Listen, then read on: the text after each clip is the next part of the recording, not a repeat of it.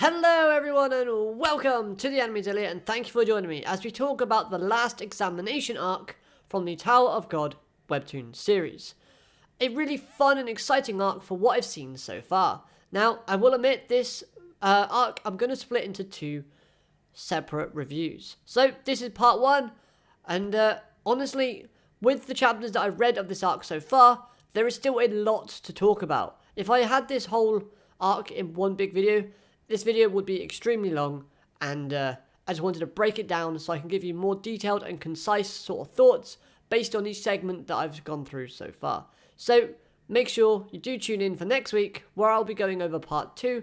However, this time I'm going to talk about part 1, and I want to start off by talking about Leiroro and Hong Sung-yu's conversation at the start of this. It gives us more insight as to the reasoning of the tests that are currently being conducted on this floor, and the hidden agenda that is linked with them. Plus, we learn a small amount about two characters that entered the tower within the past. And this, of course, being Phantasminum, a person who invaded the castle of Jihad and massacred the best rankers that Jihad had to offer. Which, if that doesn't entice you and make you want to learn more about this character, I have no idea what will.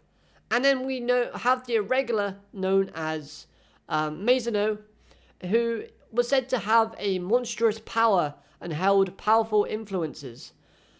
He even had a really strong group or slash following that even the 10 great families feared. Why do I mention this? Well, what I really like about this is that we don't get to see the characters themselves per se. All we get is these very dark outlines of the characters in question. And I love this segment because it's basically showing that the series can build up hype and excitement for characters without actually revealing what they look like or who they are or showing them off.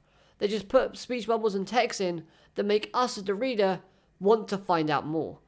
And unfortunately, we only get teased as to these characters, and they act like a stepping stone to kind of help back up Hong Sung-yu's explanation as to why the current floor is being used, and the tests are basically seeing if the challengers are a threat to the tower. His end goal as administrator is basically seeing who is a threat to the tower and is eliminating them as he sees accordingly. That is Hong Sung-yu's ulterior motive. Still though, a very intriguing segment to this arc, and it shows off that the characters in the series, more particularly the higher up characters, still have this lingering fear of the power that could be brought into the tower. They're afraid that their power can be taken away, and the peace that the tower actually has at the moment could be turned into chaos, which is why Hong Sung-yu and the other administrators on this floor are looking to kind of take away and eliminate any threats that may oppose them. Plus, we build on Leiroro's uneasy feelings and skepticalness, furthering creating that rift between himself and Hong Sung-yu. There was a line from Hong Sung-yu that really kind of made the tension grow a lot more, and that was when Hong Sung-yu said, "If you don't like it, you could just leave. The test will continue on with or without you." And that pause from Leiroro really helped make that tension kind of linger and go, ooh. That rift that's being created between these two characters is slowly growing, and I can't wait to see it explode as we see the chapters unfold moving forward. Now it's results time, and if you don't see your name on these lists, then please feel free to question the results if you want to turn out like this guy. I mention this because we've just finished hearing Hong Sung-yu say that his purpose is to eliminate any threats to the tower, and this act of brutality towards this person that's obviously a lot weaker than him goes to prove that he is willing to do anything, even going as far as killing this guy, but I presume that he's dead. And, this guy isn't even a threat at all. He's just angry that he can't actually go on forward. Hong Sung-yu just like, calm down, shows him a lesson, basically puts him maybe unconscious, but maybe, kill him? It's unclear. Now this sends a really strong message to us as readers, basically stating, watch out, because this means that Hong Sung-yu means business. And yes, death is a method that Hong Sung-yu will use in order to achieve his end goal and his ulterior motive. Plus that smile that he gives off when Bam announces that he's an irregular really helps to kind of add to the idea that Hong Sung-yu was behind Hal getting that letter about going after Rachel, and that smile hints at Hong Sung-yu being happy with the way that things have turned out. You know, maybe things are playing out to a plan that is being followed, which our main protagonists are basically following without having any knowledge of following. Which is what I would have said had the conversation between Bam and Hong Sung-yu not happened. Because the conversation between these two actually confirms that Hong Sung-yu was behind everything that's happened so far. There's been an obstacle to Bam. The crown game. How? There was something else that was mentioned, but I can't quite remember. But yes, Hong Sung-yu just comes out openly and states this. This doesn't happen in the anime. Instead, we're left to kind of ponder a little bit more. But there's been some changes, like Rachel's guardian staying around in the Webtoon series. Hong Sung-yu now telling Bam all this before he goes into his final test. I think this is really good, because it's Hong Sung-yu again playing that villainous role and kind of working around Bam's kind of psyche, trying to get inside his head. And, you know, this conversation was really kind of telling for Bam's character and really kind of shows how much he's developed. This is a conversation between Hong Sung-yu and Bam that I really wished was left into the anime, as it not only does it build up tension between these two characters, but it also gives Bam a great moment where he basically tells Hong Sung-yu, look, I may look insane to you, but at least I have something precious to climb for/with.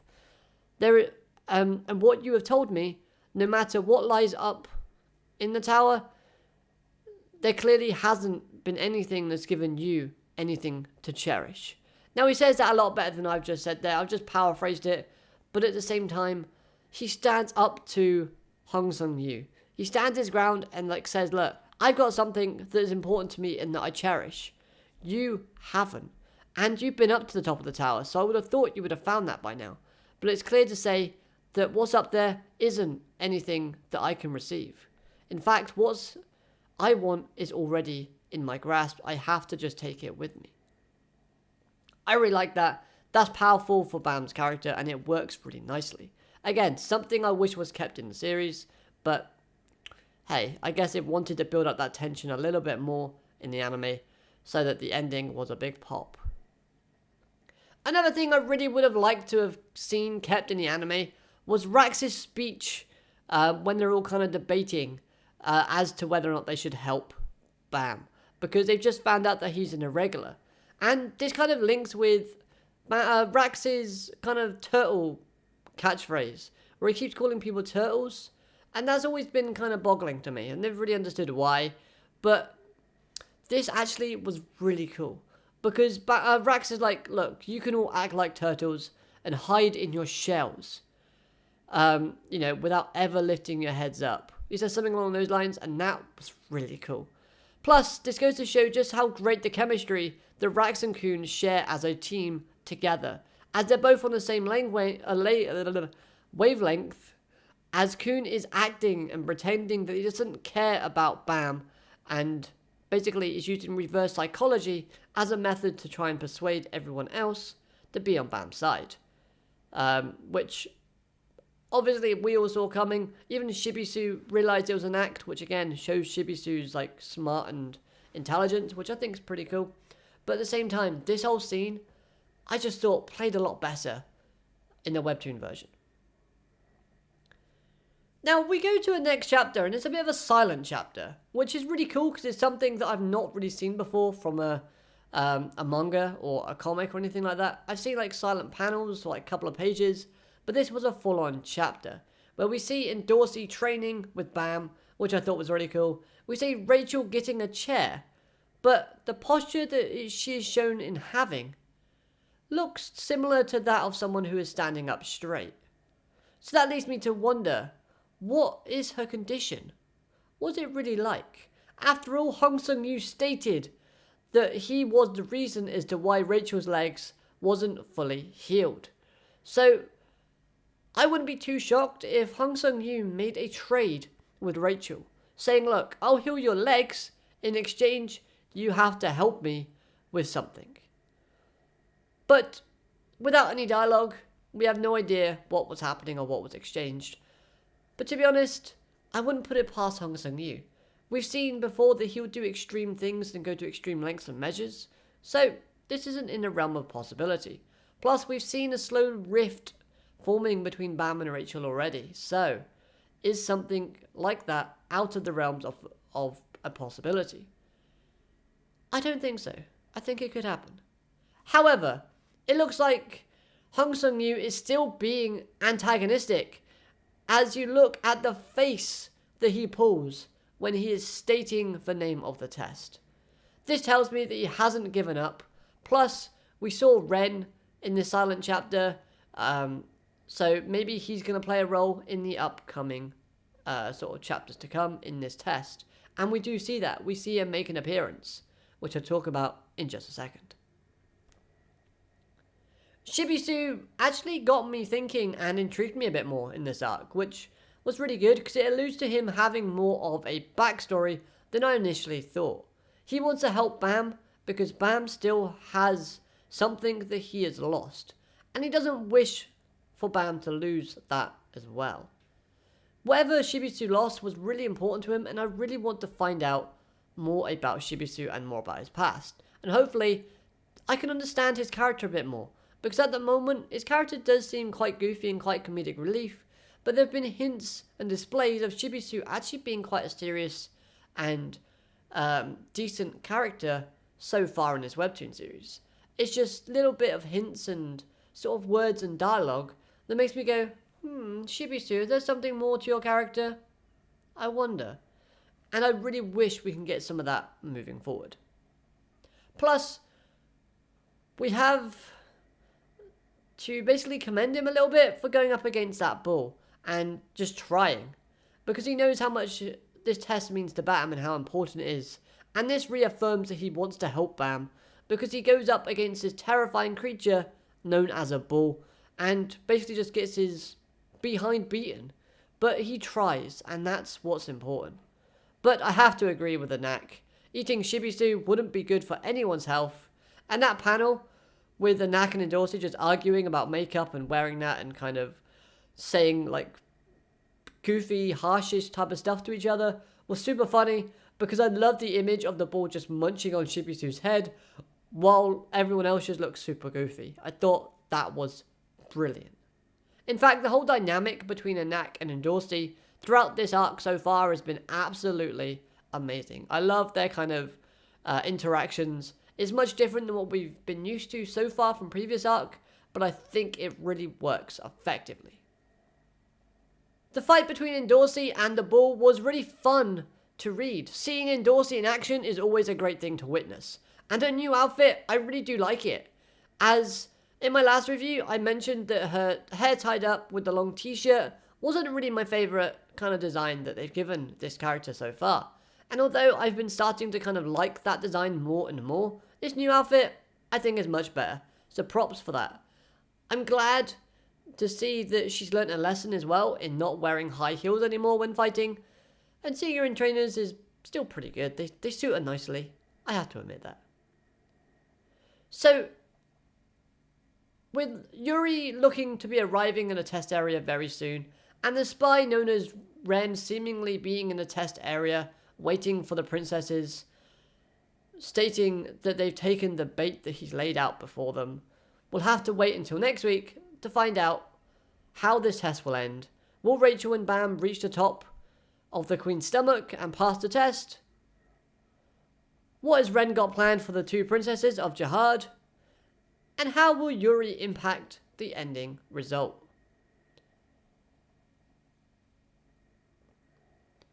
So overall, this arc is looking to be a lot more detailed and a lot more kind of intriguing than I initially really thought. It's clear that the anime left out a lot of details and a lot of like key kind of visuals, which, you know what, reading this Webtoon series and reading this arc at the moment and seeing those left out details and information and expressions are really added to my enjoyment of this arc and of the entire series overall. So for that, I'm super glad that I've gone back and read all of this, then starting at season 2.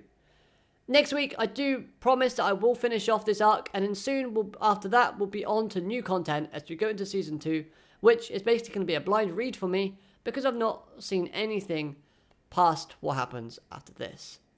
I'm super excited, I'm super intrigued, and I hope you are as well. So make sure you hit that subscribe button, joining me for part 2, as we go through how this arc, the last examination, is going to end. If I missed out anything, then be sure to let me know down in the comment section below. I'm sure I haven't though. And if you have any comments or any thoughts about anything that I've said, then why not drop them down there as well. We'll have a good discussion about it. And like the video if you like the video, dislike if you dislike, but let me know why. Hopefully don't dislike it because it's a shorter one than normal. But hey, apart from that, I hope you have an amazing day. Sorry again, but part 2 will be next week. And I'll catch you then. Alligator, matane. Goodbye.